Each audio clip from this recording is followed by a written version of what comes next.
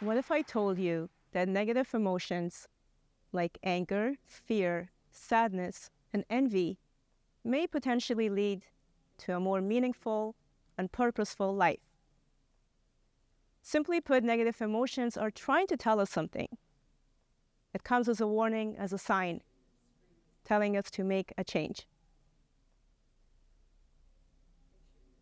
These emotions are complex, and it makes us lose control and trust in our own selves. We sabotage our feelings by not listening to that inner voice that's with us wherever we go, telling us what to do, what not to do.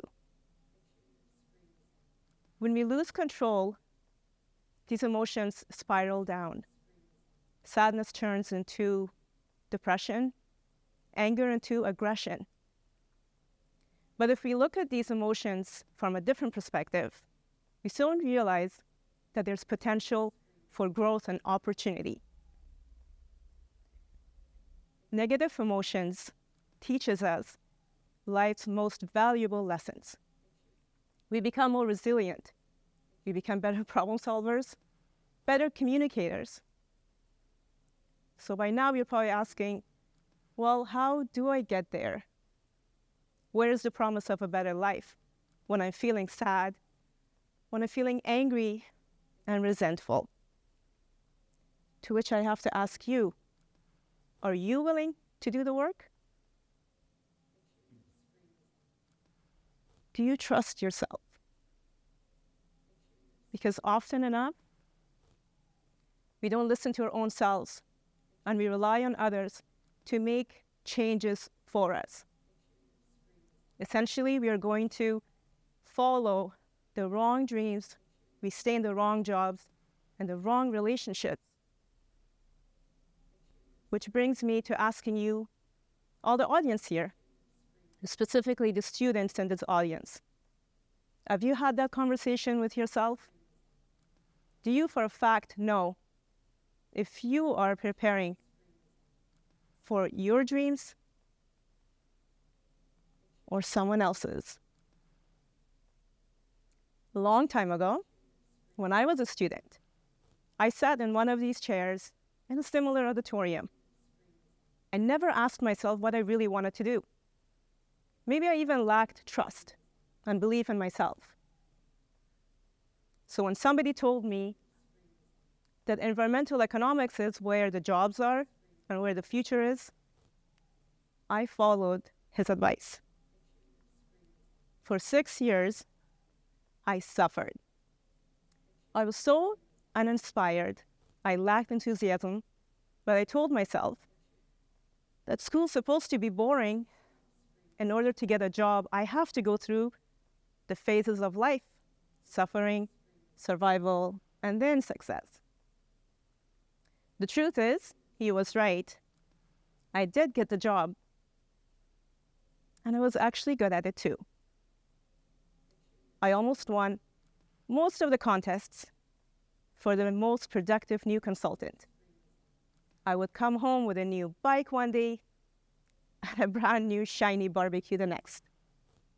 But I was so unhappy. I would find myself crying behind closed doors. Negative emotions have become my bodyguards. They tell me where to go, they push me to my limit until I feel pain and discomfort. And then I have to make a change. Being here in the United States was no coincidence. It was primarily driven by fear. It was in the 1980s when my family and I had to leave Afghanistan. There was the essence of war, and our lives were at risk. My father's job was at risk, which meant our livelihood would have been jeopardized. In addition, I was supposed to be sent to Russia to study abroad, and I was only 10 years old. So the injustice, the fear, the anger, the worry made us leave immediately, probably after this picture. We took the first step towards the unknown. Step by step, our journey turned out to be 3 days and 3 nights of non-stop walking. There was no rest, no sleep.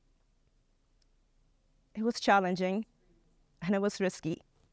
We contemplated our journey many times, thinking we should just turn back. But it was believing in the process, staying in the game,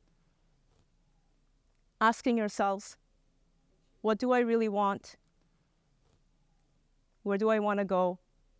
Who do I want to become?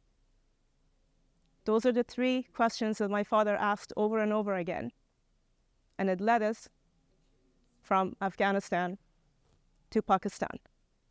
And eventually, we became immigrants and lived our life all over again in Canada. And life was definitely better. But see, problems don't go away. They come back in different shapes and different forms. And in 2010, I was already married with 3 children when my husband came home. With tears in his eyes, he was afraid to tell me that we may have to leave Canada to go to United States. By now, I already knew that the path was going to be challenging, but we had no other choice. We left everything behind and came to Arizona. And this is where I was transformed, and I became my most authentic self. And while I was discovering myself, my husband made a little bit of a change too. From a hardcore runner, he became a mellow yogi. I bet he wishes he was in a yoga room right now. But that's not all. In an afternoon in August of 2021, I caught myself being glued to the TV.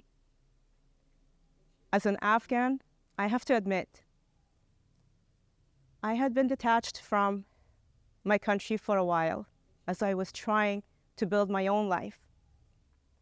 But this I could not ignore. The scenes seemed like something from a movie. Families clinging on to their children, running to the airport, trying to get on that military airplane. As the US Army was leaving Afghanistan, Afghans were afraid. They didn't want to have the life they would have to live in Afghanistan. Some people died to become refugees. I witnessed 2 boys sitting on a wing of an airplane, hoping that they will get in. But the plane takes off. They both fall off, dead. But what struck me the most was when I heard stories of parents giving away their children. As a mom of 3, I felt guilty, morally responsible to give back to my country because I knew I could. This feeling kept on lingering on until I heard that refugees that were on that plane have landed in Arizona. And I was excited to meet them. We all went to get ice cream, and I just wanted to chill. As the kids were playful, the parents were extremely worried. They showed concerns about not being able to find jobs. They were contemplating even going back to Afghanistan because they wanted to just be with their family. They felt lonely. I tried to give them some emotional relief by giving them examples of my family and I coming to Canada and doing whatever we could. That life truly is made of phases, and it will never be one thing. She felt relieved, and I knew that fear was her common denominator, the common emotion that brought me and her to this country for the search of a better life. I went home and I was excited. I actually felt empowered, thinking that I can fulfill someone's dreams. And the only thing that I know how to do best as a fashion designer is putting up fashion shows. I can gather hundreds of people And this time, I had a big challenge. I created a 70-piece Afghan collection to show the invisible side of Afghanistan that no one has ever seen. The event was magical. That family got what they wanted. They got conveyance. They're working. And now they're supporting their family, even in Afghanistan. They're all living a better life.